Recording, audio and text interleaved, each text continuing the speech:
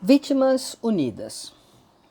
Um dos momentos mais festejados na divulgação do caso Abdelmaci foi a sua captura no Paraguai, em agosto de 2014. Na chegada do médico ao aeroporto de Congonhas, em São Paulo, lá estava o infalível grupo de mulheres, as mesmas de sempre, o grupo organizado, com a imprensa.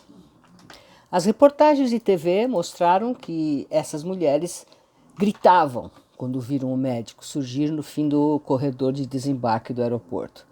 Uma repórter da TV Gazeta destaca: são pelo menos 5 vítimas do ex-médico que aguardaram por 3 anos e meio por este momento. Roger passa por elas, a repórter relata. Algumas das vítimas xingaram. A imagem mostra mulheres expondo sua raiva. Uma delas grita um longo vagabundo. A outra bate no peito e diz, fui eu. E continua. Encara nós, aqui agora seja homem. E a outra, vem cá, como se ele pudesse, né? A matéria destaca alguns depoimentos para ilustrar o ódio das vítimas. Acompanhamos todo o processo de investigação, colaboramos. Eu posso dizer que praticamente sem os nossos documentos esse resultado não estaria aqui. Então, nós viemos fazer isso, ladear ele e dar boas-vindas ao inferno. Essa é Vanessa Lemes, antecipando o título do seu livro lançado um ano depois.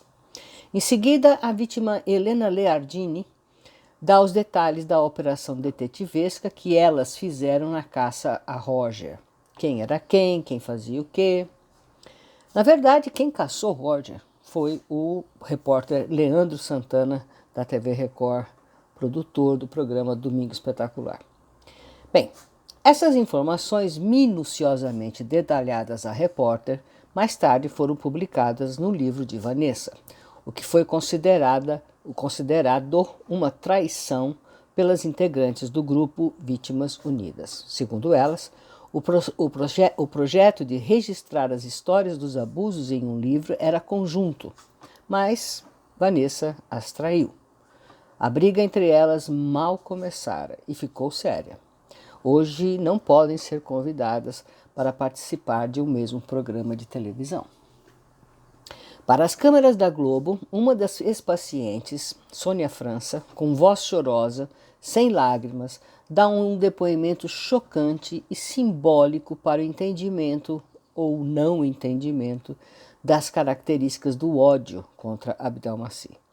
Na entrevista à Globo News, ela reclama da má educação de Roger e denuncia, com toda certeza, por crimes biológicos. Ela diz, meu feto estava com 4 meses, eu sozinha em casa, sem amparo médico. Ele não deixou eu ir para o hospital. Como? O médico não deixou ela ir para o hospital? Ele mandou eu pegar meu feto e colocar na geladeira, porque ele queria analisar meu feto. Hã? Esse homem é um monstro. Ele pegou meus embriões, ele implantou em outras mulheres. Eu tenho filhos por aí. A gente está mostrando o rosto, a fulana também, ela diz o nome.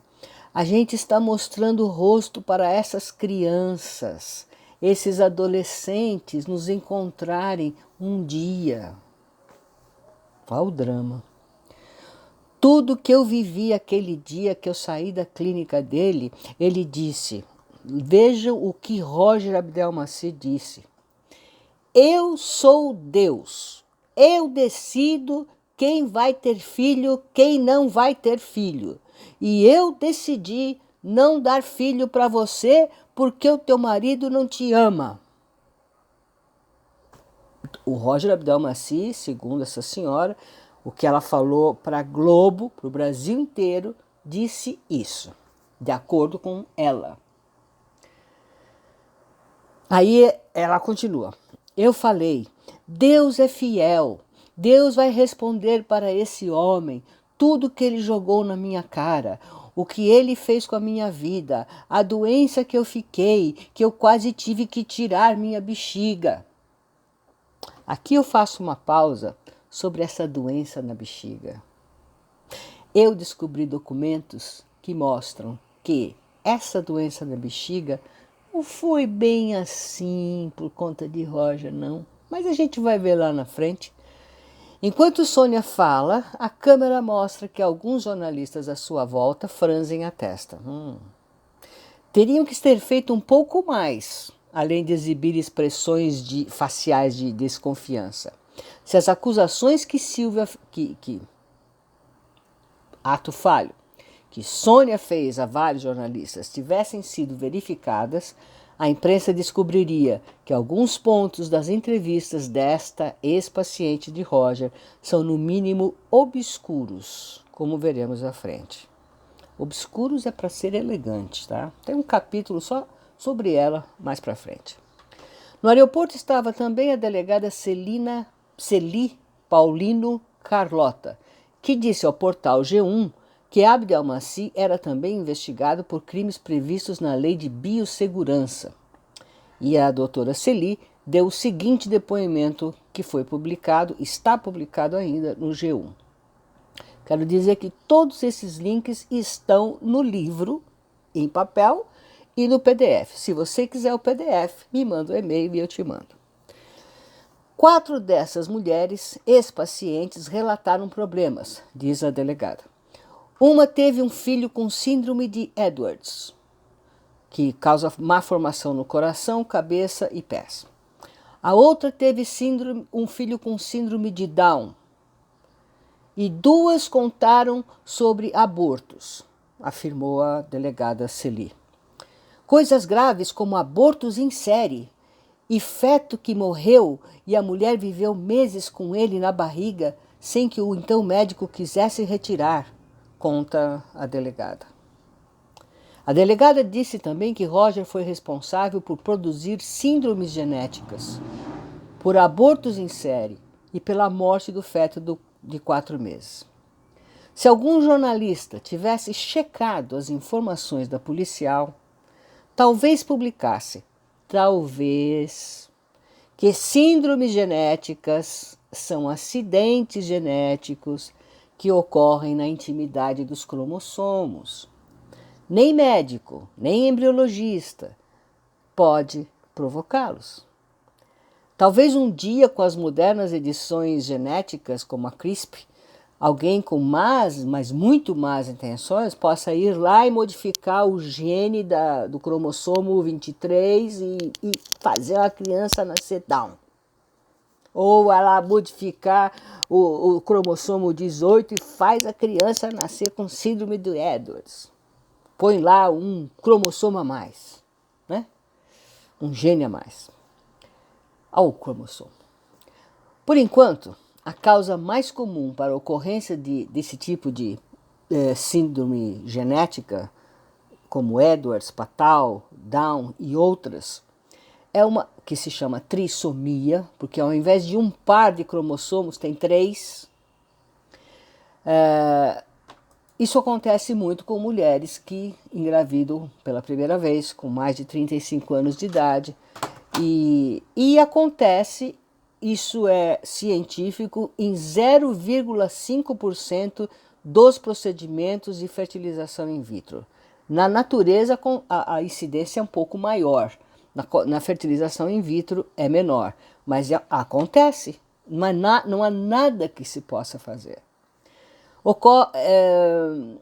Os jornalistas que tivessem o trabalho de pesquisar um pouco, só um pouco, saberiam que abortos em série são uma das principais causas de infertilidade. É um fenômeno clínico que a ciência da reprodução humana ainda não conseguiu resolver. Os médicos não são responsáveis pela resposta imunológica de uma mulher ao crescimento de um embrião em seu corpo. É um corpo estranho. E o milagre que é que além de não rejeitar, a resposta imunológica aceita o corpo estranho e o alimenta. Mas às vezes isto não dá certo. E acontecem os abortos em séries, que é o grande desafio da reprodução e das ciências da infertilidade. Por que isso acontece? A genética tem colaborado bastante. E aí vem, quanto a Roger pedir que o feto abortado fosse colocado na geladeira, isto seria um fato curioso. Na época, os laboratórios de genética médica ainda não faziam a análise biológica do aborto, ou seja, entender geneticamente por que aconteceu aquele aborto. Que isso às vezes ajuda a prevenir os próximos. De qualquer forma, eles não faziam isso na época, 10 anos atrás, 15 anos atrás, 20 anos. O caso dela é de 15 ou 20 anos atrás. Mas de qualquer forma, Roger era dono de uma clínica de fertilização assistida, não de um laboratório de genética. Então essas incoerências, essas mulheres elas falaram o que bem entenderam. Foi publicado, está publicado e compôs a imagem do monstro. Por isso que o livro se chama Tudo por um Monstro. O próximo capítulo será Delitos Biológicos.